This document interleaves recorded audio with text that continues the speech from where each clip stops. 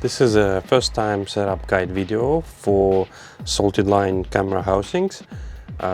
Today we'll demonstrate it on A6 XXX Salted Line, but it is also applicable for the RX 1XX Salted Line camera housing. So let's unpack the camera housing and let's see what's inside.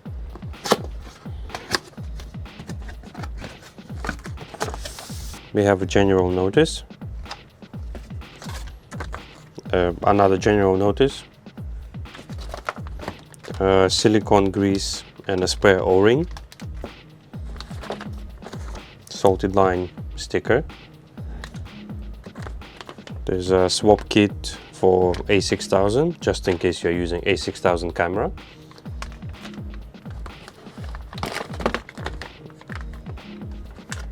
Zoom gear for 1650 or 10-18. And this is a LCD cover, like a sunshade. There's a instruction manual, silica anti-fog packets, and there's one more sticker, and a baggie with the spare latch springs.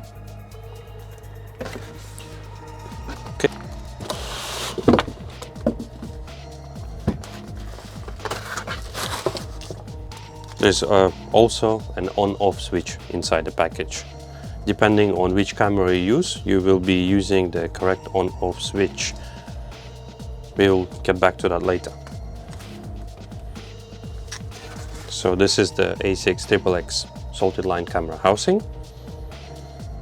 And it's got the warning stickers that to remove all the accessories and to switch the camera mode to LCD viewfinder only for the ease of access, but if you want you can also use the viewfinder.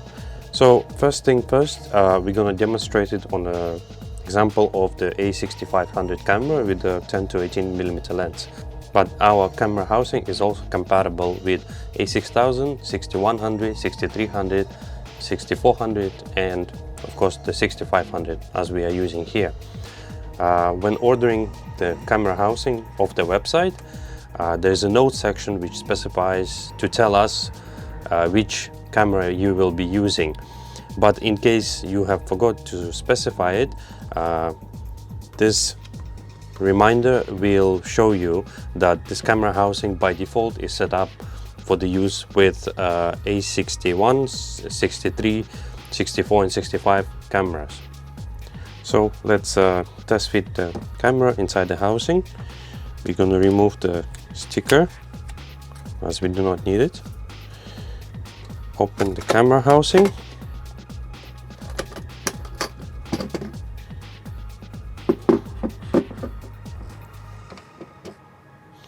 And test fit this camera with 10-18mm lens. Before you insert the camera, you need to make sure you have the correct on-off switch. There's two on-off switches, and depending on the camera model, you need to select the correct one. This is shown on the sticker here and also marked on the switch itself. So if your camera is 6500 like ours, then we select the switch which says 6000, 6500. Which is this one, which was originally installed. Also by default the housing comes with two zoom gears, one for 10-18, which can be found inside because we are using 10-18, and another one for 16-50, which came into the package. But depending on the notes, if you have left the notes that you'll be using 1650 lens, then you'll find the 1650 zoom gear inside the camera housing and the 10-18 inside the bag.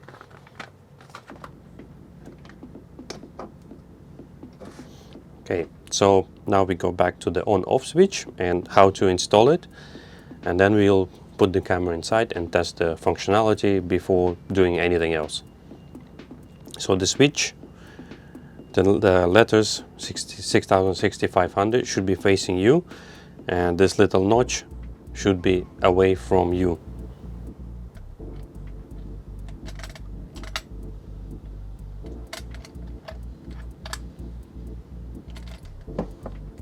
We take the 6500 camera with 10 to 18 millimeter lens, take off the lens cap, make sure you have full battery, it's charged. And for the zoom gear, you don't need to take it out and put it on a lens separately, you just need to slide the camera inside the housing. When you putting the camera inside, keep the on-off switch with your finger in off position and fully press the camera inside. After this, we can close the back plate, make sure there's nothing sticking out. Latch 1, latch 2, when you're closing the latch, make sure you hear the click to secure it completely. Then we can turn on the camera, check the zoom works, shutter works.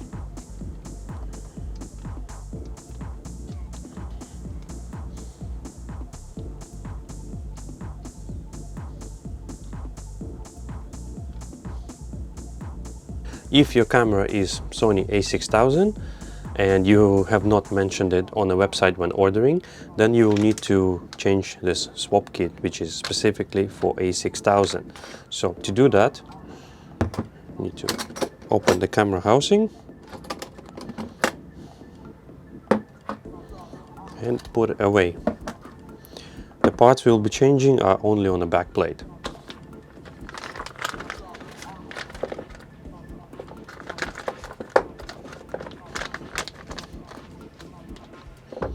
So, first part is the easy one. It's a LCD cushion.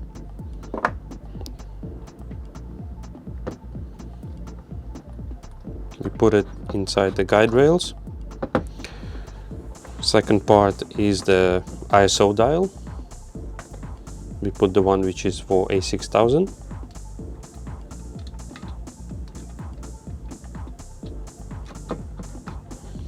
Third and fourth parts are the top dial rubber controls.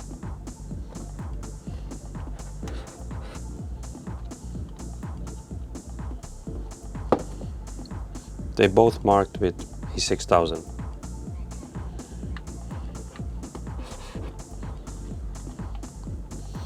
And the last part is the plate that goes all over the buttons, because the a6000 camera is slightly thinner.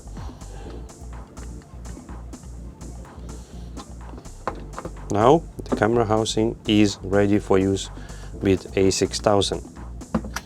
So we're gonna take out the 6500 camera.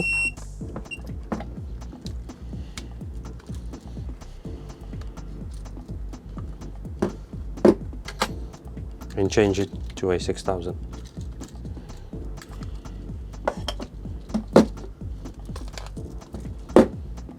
We're going to use the same lens.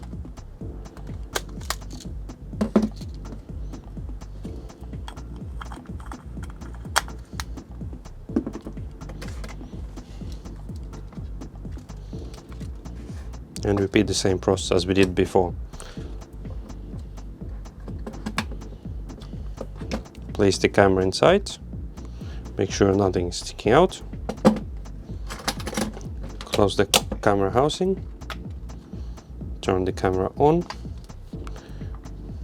check the zoom,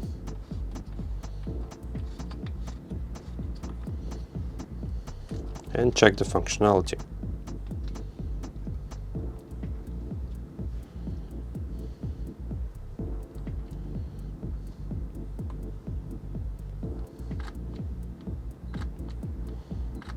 So now we are ready to prepare the camera housing for the first time use in water or underwater. Gonna open the camera housing, take out the camera and put it away. and proceed to the O-rings and silicone. For that you will need the silicone grease,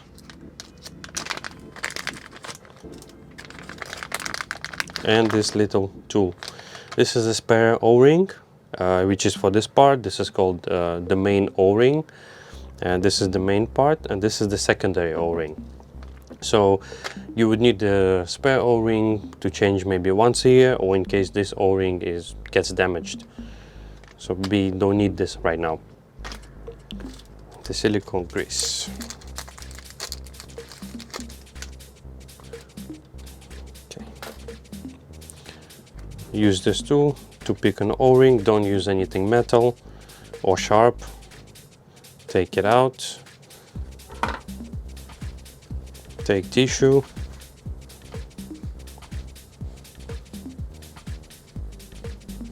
And just go slowly over the O-ring. Try not to stretch it. Just gently go a few times. Then we apply a little bit of silicone grease on the fingertip.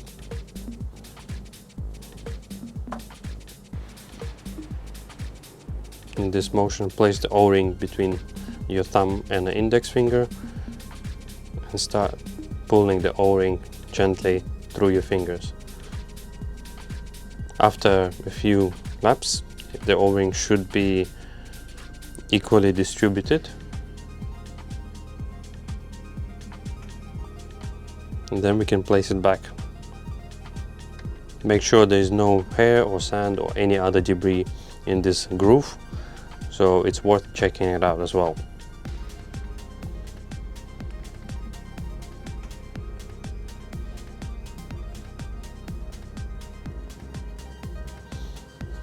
Okay, now it's the secondary O-ring, which is located on the back plate. We do the same thing. We pick it up, remove it, take tissue, place it inside, and go all around to again clean and make sure there's no debris or any sand or anything there.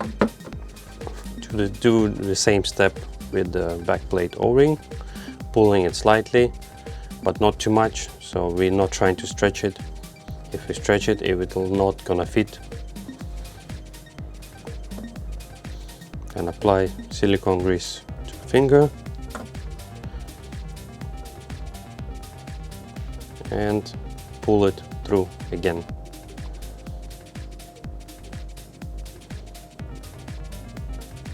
After a few pulls, it should be ready and well siliconed. Then we can attach it back, place it back to the back plate. Okay.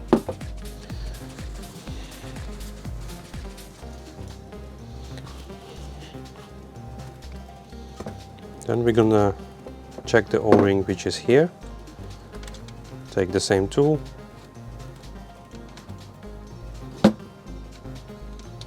And undo it. This is the port for the pistol grip connection. So if there is no pistol grip, this is where this plug goes.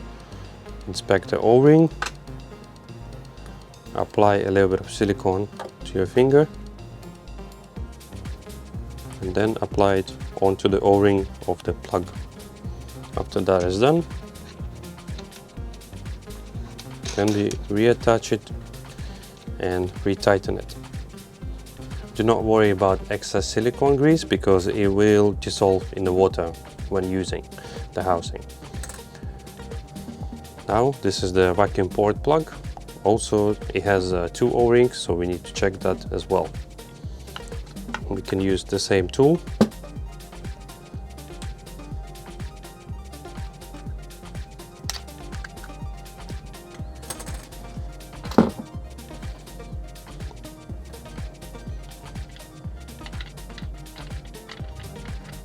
This O-ring is very sticky, so be careful not to leave it on a cap. The actual position should be here.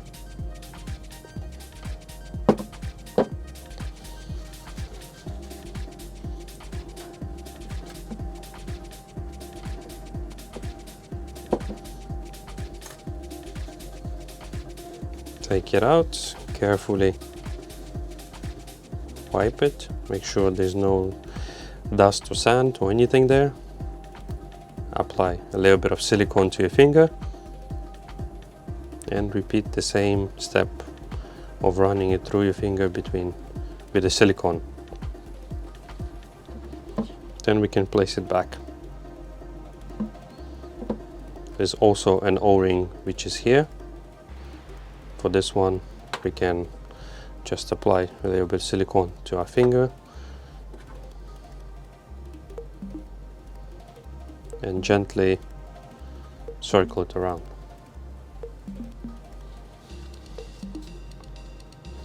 Now we can place it back and retighten it.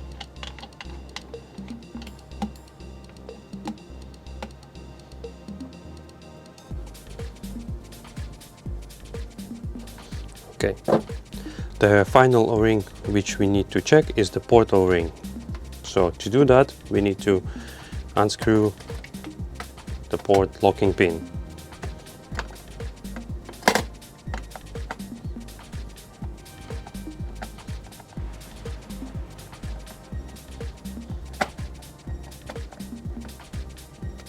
Okay, that is done. Now we can take off the port. We spin it anti-clockwise.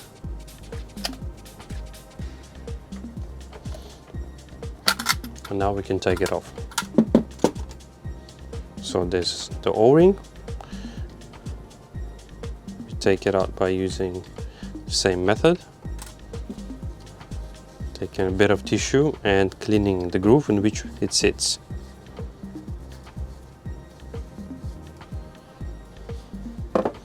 Then we're gonna clean the O-ring itself. Slowly, and no need to pull too much. After that is done, then we apply a bit of silicone to a finger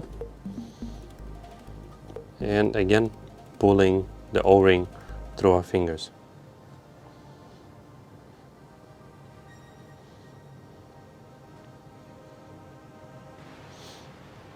Think the O-ring has been sufficiently greased, then we can place it back onto the port. Okay. And now we can reattach the port back to the front of the housing. To do that, align the dot which is on the port and on the housing. Press it and spin it clockwise. Then we secure it back with the locking pin.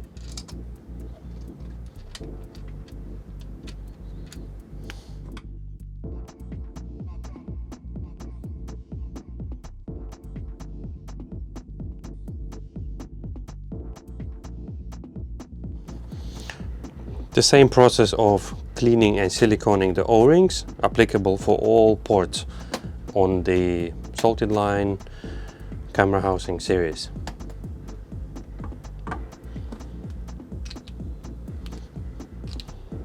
Now that it's done, we can close the housing and it's ready to be tested underwater for the first time. Just a side note, each camera housing is checked and siliconed before we actually ship to our customers, but this process is useful as you need to know how to maintain and keep your housing clean. In case you purchased a vacuum pump system, I will show you how to use it on A6XXX Salted Line camera housing. But the same principle applies for the RX1 XX Salted Line. So this is called the VPS 100 valve and we're going to install it here. First, we need to remove the vacuum pump cap. Set it aside. Then we can attach the VPS 100 valve to the housing.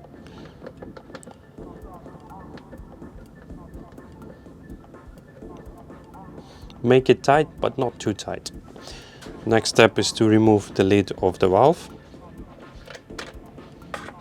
Then we press this button and the LED light turns red, which means there's no vacuum inside.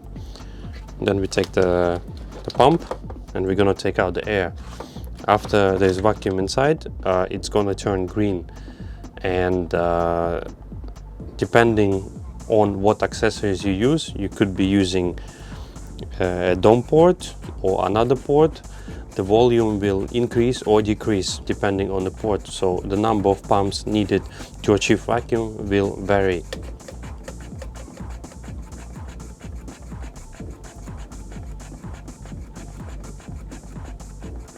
Typically for small housing like this, it will not take that many pumps to achieve the green light.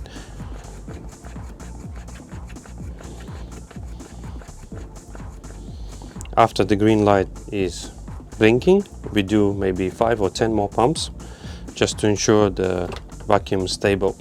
And after that we place the cap onto the valve and leave it like this for 15 minutes, maybe half hour.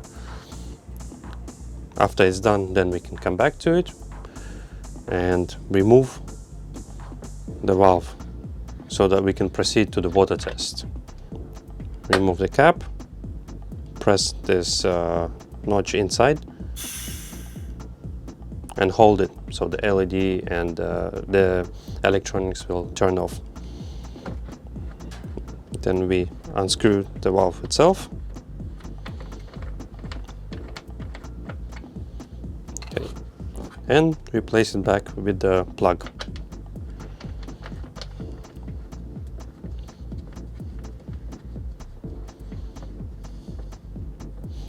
Okay, now we can proceed to the water test.